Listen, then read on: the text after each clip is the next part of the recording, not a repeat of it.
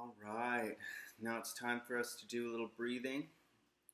Some people think breathing is kind of baloney, but after this, I'm sure you're going to recognize some of the power that it can have. Your breath can be an incredible thing. I believe Nick Selesnik said, it's the first thing that you do when you're born, and it's the last thing you do when you die.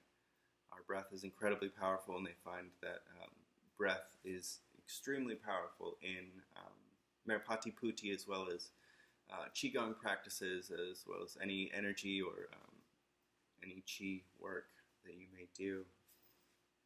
This breathing method I'd like to go over was introduced to me by Wim Hof. Really cool stuff. He is the Iceman, and he withstands extremely cold temperatures, primarily on focusing on his breathing. They'll say you can't stay within 3 minutes in ice, otherwise you'll start going to like hypothermia or whatever. And he does like 10 minutes, he'll do like an hour or whatever. And it's crazy. I don't know if that's how long, but there's a lot of really interesting stuff. One really cool study that they did is these doctors were injecting people with E. coli. And they had injected like 16,400 people. All of them got super sick. And then Wim Hof comes along, with his breathing technique. And he goes in and he does his breathing and he focuses, and they've got him all hooked up, and they're like, oh wow, he beat the E. coli.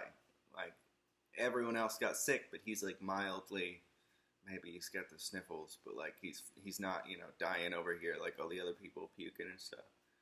And so he was able to overcome that, and they were curious. They took his blood out separately, they put it in a little petri dish, and then they put in the E. coli afterwards. So like they didn't just inject him in it, they also did his blood by itself, and same kind of deal.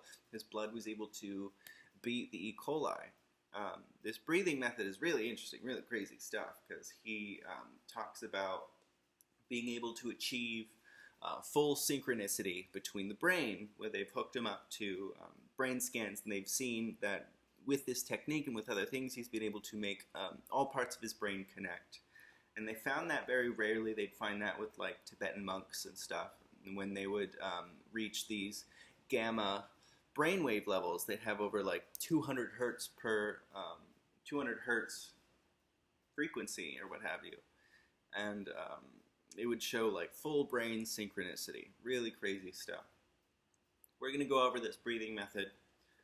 It can be a little intense, and so if you need to pause or start over or do it another time, I'll definitely give you homework to try this as well. There's some good YouTube videos to follow that I highly recommend.